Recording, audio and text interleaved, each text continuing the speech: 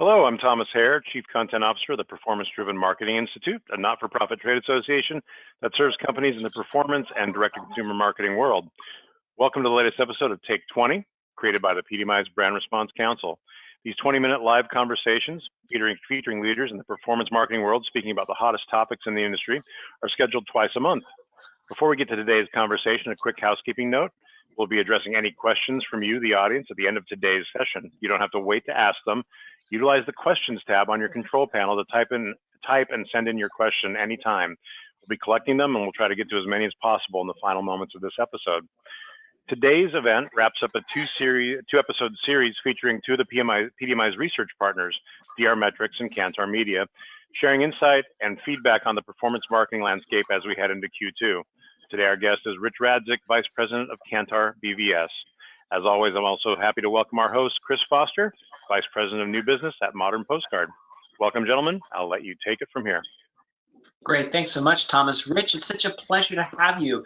With all the changes that happened in the last year or so, media companies and brands and performance-based businesses, consumers too, have been flooded with a variety of data and some interesting, insights into what's actually happening.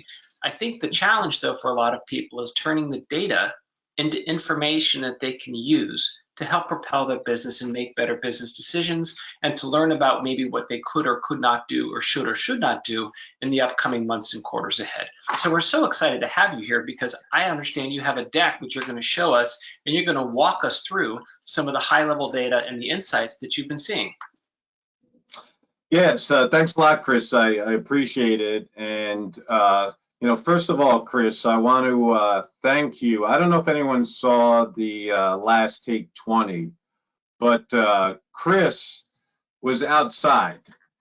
He was outside probably on his deck, and it was a beautiful, seemed like 70-degree day. The skies were blue. It was, trees were blooming, and you could hear these birds chirping. So me being in the Northeast, and along with Tom, it was 40 degrees and raining, it was actually a distraction. I was so jealous. So I'm glad that you're in-house and you look like me and Tom today. So I won't So Tom, I think we should make that a policy that he's not allowed to do that for any future ones. I might start doing them outside when we get in the summer. So thanks, Chris. Thanks, Tom, for allowing me to kind of review some things here. What I'm going to do is piggyback on what Joe presented last week. You did a great job focusing on the DRTV marketplace, and in particular in the national cable networks. What I'm going to focus on is a much larger breadth of coverage. And I just want to make sure everyone can see my screen before I continue, and I pretend that you guys don't see it so everyone can see it? You see it? Okay, good. So today, I'm going to focus on all media that Kantar covers. So it's going to include all the digital, including display, paid search, paid social, online, and all the mobile properties. I'm going to focus on all the television and how we break it up: network, syndication, cables, spot. I'm going to focus on newspapers and magazines. Oops, sorry, clicked the wrong thing. And outdoors and cinema. So recovery is slow after a rough ride. So if we look at digital, magazines, newspapers, outdoor, radio, and television, there are increases, if you guys can see, in January of 7% and 5%. But obviously, due to COVID, you saw this huge canyon develop.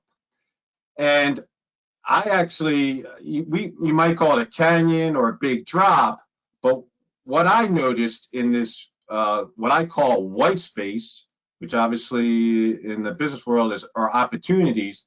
This whole area is where a lot of this particular marketplace thrived and took advantage of what was going on in our industry. While there was a slight rebound year-over-year totals, ad spend was down 12% in 2020. TV and digital saw the least severe declines. If you look at our poor friends in the magazine and newspaper area, that would be in the blue and the green. They were hurting. They continued to hurt through the year, and when I show some 21, they still haven't recovered. But it was really the industry that, and it's not the biggest industry, but if you look at outdoor was a growing industry over the last 2 years, in particular to all the digital opportunities in the billboard space. That took a sharp decline, obviously, because people weren't driving as much, people weren't going into cities. So they took a big hit going into from all the way May into December, and I'll show you some results later, even into this year. They're still hurting. I actually had a friend that transitioned over. He was in the newspaper business. He transitioned over to the outdoor business, in which there was a new billboard in Times Square. So he started his job in January, and the pandemic happened, and he lasted 3 months after that. So it kind of puts everything in perspective on our own personal marketplaces. So the question was political going to save the day? And no, unfortunately. While political advertising essentially doubled, the dollars were not enough to impact the other softness in the marketplace. So, I deal with all sorts of agencies and advertisers with our BBS system in all of these verticals. And there were such difficult conversations when I talked to our people in the restaurant category or even the automotive. In particular, the conversations I had on the travel side weren't good at all. And the good thing is they're starting to come back in the first quarter. But you can see some of the numbers here. Obviously, Farmer did okay, but retail, financial, telecom, all hurt. Financial services fell under 17%, but obviously travel was the hardest hit of all. Let's take a look at paid search, paid social, desktop display, mobile web, online video. Mobile web had a small increase year over year. Even though consumers have increased their video consumption, video advertising still has been impacted, mainly due to budget cuts. But you can see from this little chart, mobile did okay at 2.9%. Very surprising to see paid search, especially with so many people working from home and on internet or even social, drop that much. But you're going to see some trends later on how in 2021, in the first couple of months, you've seen an uptick in that regard. In this area, I'm going to look at break out the internet display, internet search, mobile web, online video, paid social. Again, you can see this little canyon of white space where the market tanked in many areas. It's consistent with advertising overall, not as much, with budgets cut steeply in April.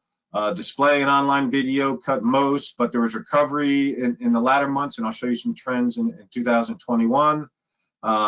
Mobile began the year well, but we saw significant reductions in other media. It's interesting on that, Rich. The online video had the strongest delta of recovery from April to December.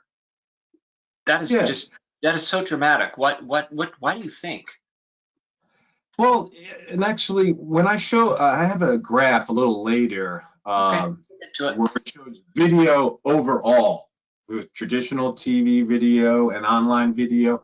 And if I went back a couple of slides, you would notice that television video had very similar uptick, almost a hockey stick type growth there. So Video, I'm going to talk a little bit in a couple of slides, but that's a good point there, Chris.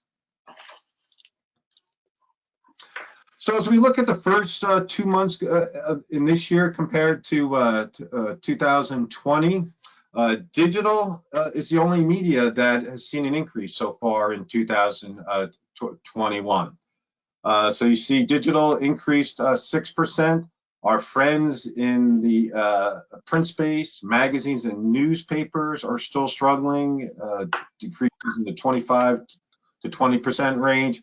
Outdoors still down almost 30%. Radio's down a significant amount, and television's down 9%. So I guess you could say national TV is down slightly, and it still has time to bounce back. But also remember, we're comparing January and February of 2020, which were very strong months overall for media spending. So this year, January, February, advertisers are still trying to come back. If you look at digital, all areas of digital have seen increases in 2021, except display and mobile. And as I mentioned earlier, I was kind of surprised where you saw search dropping off so much, and even paid social. But you can see that just in the first 2 months, they're recovering, even compared to a strong January and February last year's. So if about June last year, I did a similar review of ads with COVID themes. It's more just a nice thing to know, but it's kind of interesting that overall in 2020 there was a little over $6 billion spent on COVID theme ads. Those were those ads like the Amazon ads that said, "Hey, our delivery service is clean. We're taking care of our drivers." Or the commercials where you saw the nurses with masks, or the farmer, or some of the food delivery services to make you comfortable. So those are the type of commercials that COVID theme. So over $6 billion was spent. If you look at May, almost $1 billion alone was spent in the month of May alone. But as you notice, as you can see during the summer months, as we got out a little more, those COVID theme ads dropped off a little bit. And as we started to go back to work, back to school, you saw the COVID themes improving. But I thought it was interesting as an uptick in COVID started to happen in November and December. You didn't see an uptick in COVID theme ads. It continued to decrease. And I don't have the numbers for the first 2 months of this year, but I'm assuming that you'll see similar results in January, February, and March, that it's still going down. You know, Rich, that makes sense to me because I mean, it almost echoes human behavior, right? March, everyone's just figuring it out. April, of course, it's huge. And there's a YouTube video where someone did a compilation of about 12 different brands and their COVID message. And it was the exact same message across all the brands, right? Like even the final phrasing was just, "We're here for you. We're all in this together." You know, it was actually really funny. But I think you're right with the trends going down because people have probably fatigue with COVID messaging. I mean, we all have fatigue about COVID, but I don't think they need to see those messages anymore. Yeah. No, good point, Chris. And I'm sure that we could all agree that we can't wait to the day when we see $0 spent on COVID themes. So hopefully that'll happen shortly in 2021. That's right. And this is just some of the advertisers. I just popped up the top 20. There really aren't any surprises in this list. Obviously, AbbVie with all the drug manufacturing was on top of the list. Amazon was a big COVID theme advertiser, and Domino's really one of the advertisers that thrived and had a lot of COVID themes in their advertising. So really not a lot of surprises. The only thing when I looked at this, and I wish I looked a little further, you see Lowe's in the top 20, but you don't see Home Depot. I'm sure they're probably somewhere in the top 30 or top 40. It was surprising to see Home Depot wasn't in the top 20 compared to Lowe's. But all the other ones, it absolutely makes sense. Whether you're a restaurant trying to make people feel comfortable about coming back, or any type of provider that wants you to come back and get their services. All right, so let's talk about the video landscape. You know, in this particular chart, we're combining video, which will include linear TV, online video, YouTube, and cinema. And you know, many on this call has probably communicated this to your clients and/or vice versa. Video is video, whether it's a television commercial that airs on your traditional TV set, whether it airs online, where it airs on video on demand, whether it airs on your mobile phone. Video is video. So we combined all the video properties. Again, in this case, it's just linear TV, online video, YouTube, and cinema, to see what the percentage split, how it trended from 2019 going into 2021 with all other media outside of video, and audio is on the bottom, which is essentially radio. So in 2019, video averaged 50% of the total media investment. If we look at 2020, video averaged 53 of the total investment, so a 3% increase. If we look at in 4Q, it peaked at 55%. So video obviously is growing as far as this percent split. And what we're forecasting in 1Q, again, these are preliminary, is that it'll be 56% of total media investment. So I thought this was a good chart to show, because again, video is video. Wherever people are consuming that content, or in our case, that TV commercial, it's lumped into all these categories. I have a quick question for you on that. Do you think that as that trend continues to go up, that because as folks we're used to watching video, we're comfortable watching video, then we gravitate towards video even more, then video consumption is increased, people spend more on video, then they're watched even more, that is almost a self-fulfilling prophecy, an upward spiral of a larger trend of video?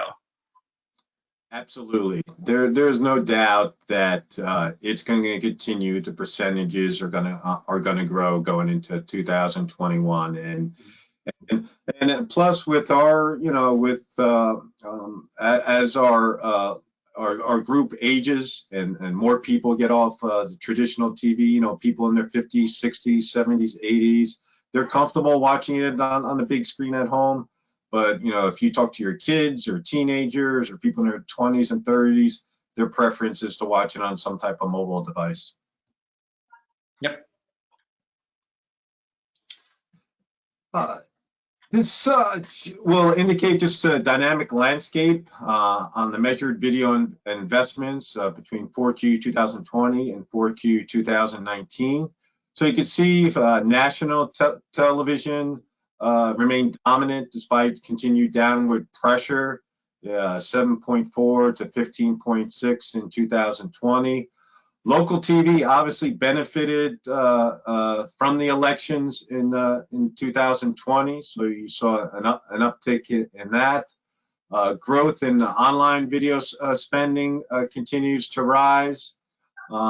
A new media that Kantar is tracking. So starting this year, we've added to our competitive solutions AVOD, so video on demand. So we've added Hulu, Roku, Peacock, Paramount, and Tubi. So these are just some preliminary numbers on the growth we're expecting from AVOD. So video on demand was one of the missing pieces that we're missing from our multimedia databases. So what we're forecasting is, as you can see, from 2020, video on demand mix was 4%. We're forecasting it to be 12% in 2021. Online video was 14% in 2020. We're forecasting it to be 18% piece of the pie. As you see, it's obviously going to take it away from local television and national TV. But it's just an interesting chart on the share of the video landscape driven by AVOD. You know, Rich, I'm wondering too, because on that one real quick, the biggest shift is out of local TV. They dropped 8 points. Nationally drops 4 points. Do you think that's because online video and AVOD can be more highly targeted and addressable to kind of move that from the local market versus national? Yes, I think that could be one of the component. And as a follow-up, I should probably get more specific in exactly what's our interpretation. Why is it coming out of local TV and why? So that would be a follow-up. That's a great question, Chris. Okay. Yeah. So I'm going to stop there, and you know, I'm not the and leave it open to questions. I am not the Kantar research person or geek, and I'm not big on slides. But I had to show the slides and graphs because if I just relied on myself to give the numbers, I probably would have got them wrong. So I will leave the rest open to questions, and hopefully I can answer them properly. Fantastic. I got a couple questions, and then Thomas, I'll lob it to you to get to our audience.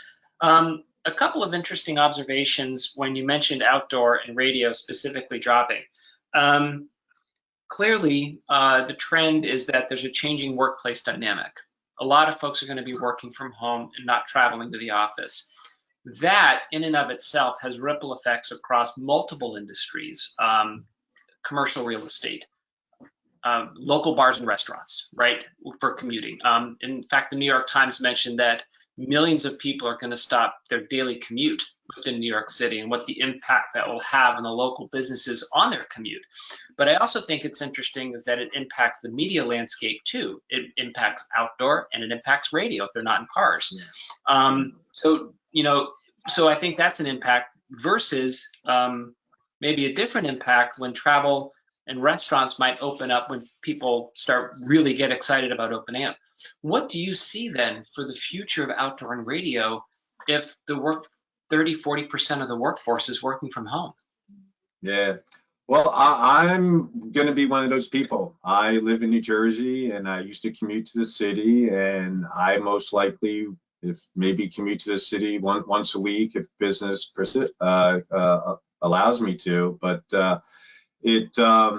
I'm not sure what's going to happen. Obviously, as the city, I'll just refer to like a New York City, which obviously is huge. And I used the reference of my friend getting into the billboard business. He's not going to be in the billboard business, but as things open up, especially Broadway and restaurants and entertainment, you will start to see billboard increase. Will it increase to the level in big markets? I'm not sure. Maybe in other areas, in local markets, in smaller markets, in tourism spots, you might see outdoor increase as more people are moving there. Radio, I think, is in a more difficult situation because there will be less people driving no matter what. So right. I think it's a bigger question mark on that part. So, you know, you touched on, Rich, a personal story for you, right? As an anecdote, you might not be driving into the city as much. As a media person, that's going to be one less person that has visibility to those ads from a media perspective. So, you know, one thing about the data and one thing about business is that, especially last year, folks kind of said there's a blending of personal and business, right? There's not such a clear divide. So personally, what kind of observations do you have outside the numbers and outside the graphs? Just personally, when you step back as a person kind of looking at this presentation, what's your takeaway? What's your what are your thoughts? Yeah.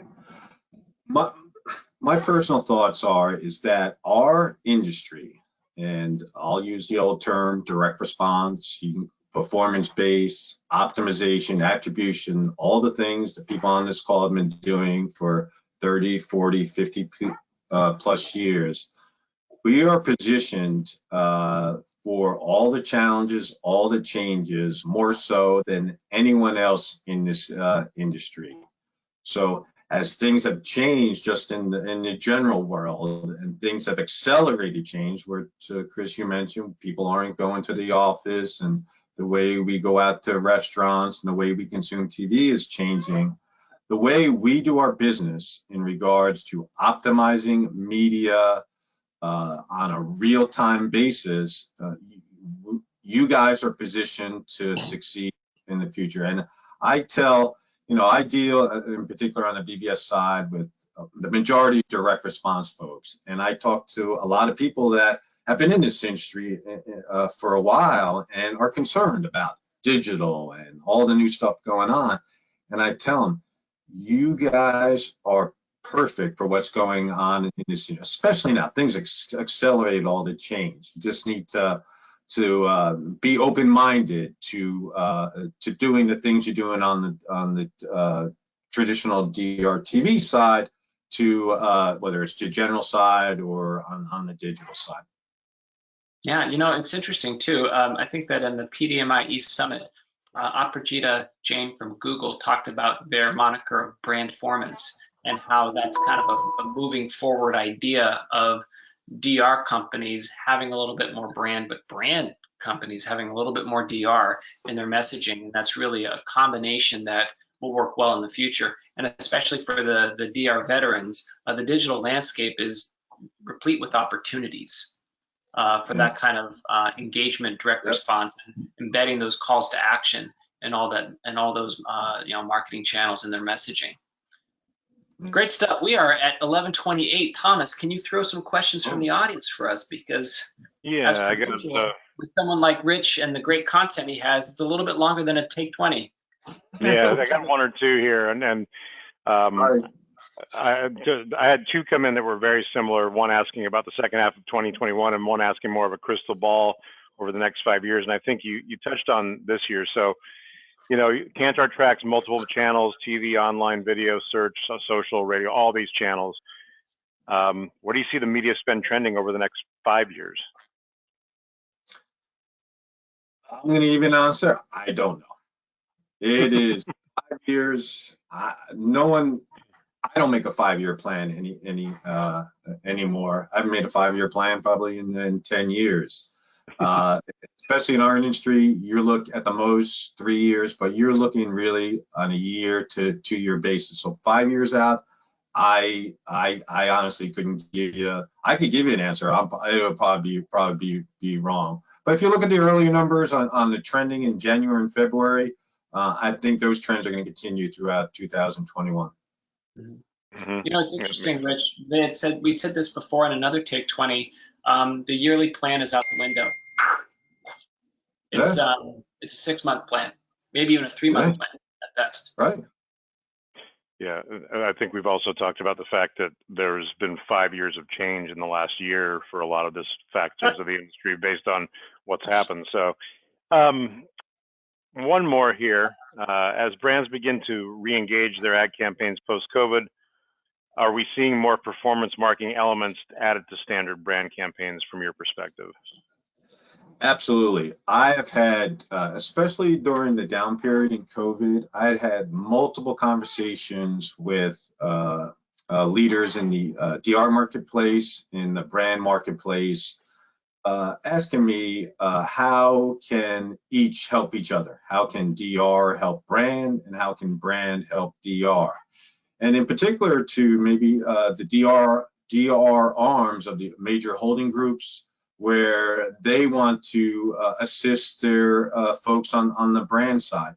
Listen, everyone's doing some type of optimization. It's just not the DR folks. On the brand side, they're doing, whether it's TV to web, there's all sorts of ways that people are optimizing. And if they're not doing optimization, then obviously something's wrong. But there's definitely a connect, and to my point earlier, where all the expertise in our community will greatly benefit our friends on the brand side, whether it's hybrid, whether it's performance-based, attribution, optimization, and married to, because every brand campaign has a component, a DR type component to it. Makes sense. Well, since we've hit the 30 mark here, I think we're going to call it. Rich, thank you so much for your efforts here and for bringing the information to the table. Really interesting perspective, and it's definitely something we'll want to check back on later in 2021, particularly as you guys grow that AVOD side of the measurement and see if that really pulls away from the local like you're predicting. So thank you, Chris, as always, for your hosting efforts. We appreciate it. Your next opportunity to attend a live online Take 20 episode is Wednesday, April 28th. The episode then will be about how the pandemic changed the entertainment business and how it uses performance marketing. Please visit thepdmi.com/take-20 to check out the upcoming schedule and to register to attend today. Until then, thanks again for checking out this episode of the PDMI's Take 20. Enjoy the rest of your day, the rest of your work week. Stay safe, stay well. Bye-bye. Thanks.